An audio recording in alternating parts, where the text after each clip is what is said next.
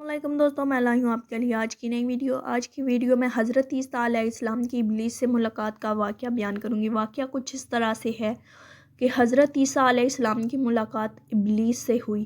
وہ 4 گدھوں کو ہانک رہا تھا۔ ان گدھوں پر سامان لدا ہوا تھا۔ حضرت عیسیٰ علیہ السلام نے ابلیس سے ان گدھوں کے ہانکنے اور سامان کے بارے میں پوچھا۔ ابلیس نے جواب میں کہا کہ تجارت کا سامان ان گدھوں پر لدا ہوا ہے اور خریدنے والوں کو تلاش کر رہا ہوں۔ حضرت عیسیٰ علیہ السلام نے اس کی بات سن کر پوچھا، پہلے گدھے پر کیا سامان ہے؟ ابلیس نے کہا، ظلم۔ حضرت عیسیٰ علیہ السلام نے پوچھا، اسے کون خریدے گا؟ ابلیس نے کہا، بادشاہ۔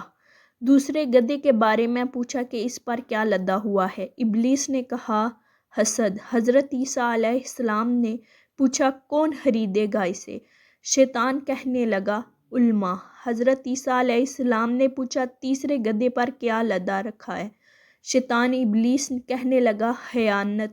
حضرت عیسیٰ علیہ السلام فرمایا، وہ کون خریدے گا؟ شیطان نے کہا کہ تاجر۔ پھر چوتھے گدھے کے بارے میں پوچھا، اس پر کیا لدا رکھا ہے؟ ابلیس نے کہا، مکر و فریب۔ حضرت عیسیٰ علیہ السلام نے پوچھا، اسے کون خریدے گا؟ شیطان نے کہا، عورتیں۔